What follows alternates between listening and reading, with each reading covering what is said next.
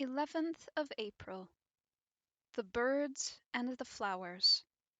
From Milton, lines 1 through 18. Thou hearest the nightingale begin the song of spring. The lark, sitting upon his earthy bed, just as the morn appears, listens silent. Then, springing from the waving cornfield, loud he leads the choir of day.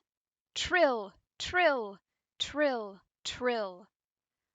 Mounting upon the wings of light into the great expanse, re-echoing against the lovely blue and shining heavenly shell.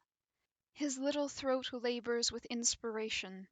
Every feather on throat and breast and wings vibrates with the effluence divine.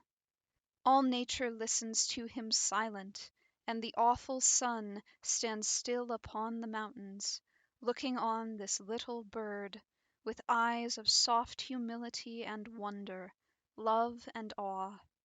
Then loud, from their green covert, all the birds begin their song.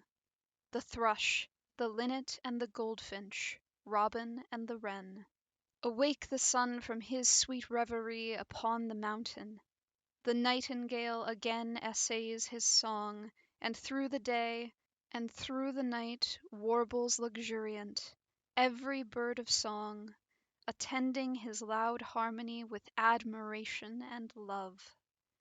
This is a vision of the lamentation of Belua over Ololon. William Blake, 1757 through 1827.